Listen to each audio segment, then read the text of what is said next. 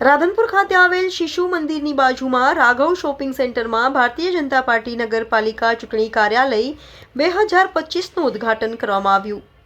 રાધનપુરના ધારાસભ્ય લવિંગજી સોલંકી અને પાટણ જિલ્લા ભાજપ પ્રમુખ દશરથજી ઠાકોર અને રાધનપુર શહેર ભાજપ પ્રમુખ રાજુભાઈ ઠક્કર, પેટ્રોલ પંપવાળા અને સ્નેહલભાઈ પટેલની ઉપસ્થિતિમાં કોંગ્રેસના પૂર્વ નગરસેવક ચેતનભાઈ પટેલ ભાજપમાં જોડાયા તેમના કાર્યકર્તાઓ સાથે પાટણ જિલ્લાના રાધનપુર ખાતે આવેલ રાઘવ શોપિંગ સેન્ટર શિશુ મંદિરની બાજુમાં રાધનપુર નગરપાલિકાની ચૂંટણીને લઈને ભારતીય જનતા પાર્ટી દ્વારા નગરપાલિકા 2025 ચૂંટણી કાર્યાલયનું ઉદ્ઘાટન કરવામાં આવ્યું।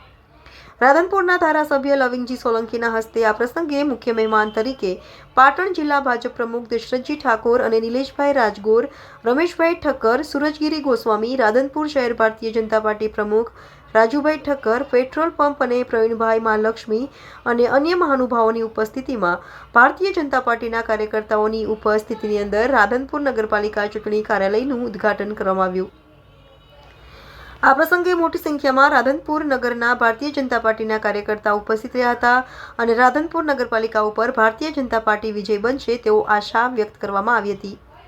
ત્યારે ભારતીય જનતા પાર્ટીના કાર્યકર્તાના સૂત્રો પાસેથી મળતી માહિતી અનુસાર સંભવિત ઉમેદવારોના નામો પણ ચર્ચામાં બન્યા હતા, જેમાં રાધનપુરના જાણીતા બિલ્ડર સેવાભાવી મહેશભાઈ રઘુરામ ઠક્કર અને મનુભાઈ રાજદેવ ઠક્કર, પૂર્વ કોર્પોરેટર અને પ્રકાશભાઈ દક્ષિણી અને રાધનપુર શહેર ભાજપ પ્રમુખ જશુભાઈ રાવલ જે વોર્ડ નંબર 7 અથવા 3 નંબરમાંથી લડી શકે છે તો રમેશજી કેશાજી ઠાકોર વોર્ડ નંબર 2 માંથી લડી શકે છે તો ગોકુળભાઈ ભરવાડ અને ડોક્ટર દેવજીભાઈ પટેલ અને વોર્ડ નંબર 7 માંથી મુકેશભાઈ ફરાર અને નરેશભાઈ બારોટ, ઈશ્વરદાન ગઢવી વોર્ડ નંબર 7 ના સંભવિત ઉમેદવાર અને હરેશભાઈ ચૌધરી વોર્ડ નંબર 7 ના સંભવિત ઉમેદવાર, કલ્પનાબેન અને ટીનાબેન ઠાકોર, અન્ય મહાનુભાવો અને નગરપાલિકાના દાવેદારોની ઉપસ્થિતિમાં રાધનપુર ભારતીય જનતા પાર્ટી નગરપાલિકા રાધનપુરની ચૂંટણી કાર્યાલય ઉદ્ઘાટન કરવામાં આવ્યું।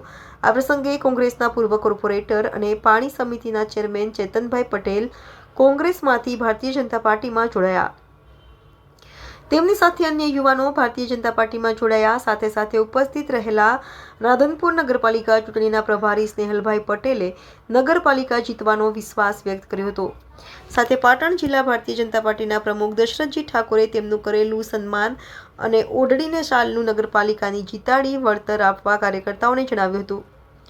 આ પ્રસંગે રાધનપુર નગરપાલિકા ભારતીય જનતા પાર્ટી જીતી રાધનપુર શહેર પ્રમુખ રાજુભાઈ ઠક્કર પેટ્રોલ પંપ ભારતીય જનતા પાર્ટીને ભેટ આપે તેવો કાર્યકર્તાઓ વિશ્વાસ વ્યક્ત કર્યો હતો। આ પ્રસંગે ભારતીય જનતા પાર્ટીના આદેશ અનુસાર 60 વર્ષથી નીચેના અને 2 ટર્મ સુધી ભારતીય જનતા પાર્ટીના સભ્ય રહેલા હોય તેવા ઉમેદવારોની ભારતીય જનતા પાર્ટી દ્વારા પસંદગી કરવામાં આવશે। રાધનપુર નગરપાલિકા 2025નું ઇલેક્શનનું મધ્યસ્થ કાર્યાલયનું ઉદ્ઘાટન અને જીતવાનો વિશ્વાસ વ્યક્ત કર્યો। સાથે સાથે કોંગ્રેસના પૂર્વ કોર્પોરેટર અને પાણી સમિતિના ચેરમેન પણ આજે ભાજપમાં જોડાયા છે। શું કહેવા માગો છો? ભારતીય જનતા પાર્ટી અને આજે આગામી રાધનપુર નગરપાલિકાની ચૂંટણીના સંદર્ભે આજે ચૂંટણીનું મધ્યસ્થ કાર્યાલયનું ઓપનિંગ અમારા જિલ્લાના અધ્યક્ષ ડૉક્ટર દશરથજી ઠાકોર અને રાધનપુરના લોકલાડીલા ધારાસભ્ય જેમને હજારો કરોડના આ વિધાનસભા ક્ષેત્રમાં વિકાસના કાર્યો કર્યા છે એવા આદરણીય શ્રી લવિંગજી ઠાકોર અને ખૂબ મોટી સંખ્યામાં ભારતીય જનતા પાર્ટીના શહેરના કાર્યકર્તાઓની ઉપસ્થિતિમાં આજે મધ્યસ્થ કાર્યાલયનું શુભારંભ કરવામાં આવે. સાથે સાથે વિજયના જયનાથને જયઘોષ સાથે કોઈ પણ સંજોગોમાં ભારતીય જનતા પાર્ટીના કાર્યકર્તાએ દૃઢ સંકલ્પ કર્યો છે કે આગામી દિવસોમાં ભારતીય જનતા પાર્ટીની રાધનપુર નગરપાલિકામાં જે નગરપાલિકાનું શાસન છે એ ભારતીય જનતા પાર્ટી નગરપાલિકાના ચૂંટણીમાં ભવ્ય વિજય હાંસલ કરી અને ભવ્ય વિજય હાંસલ કરીને શ્રી ગણેશ કરવા માટેનો આજે સંકલ્પ કર્યો છે.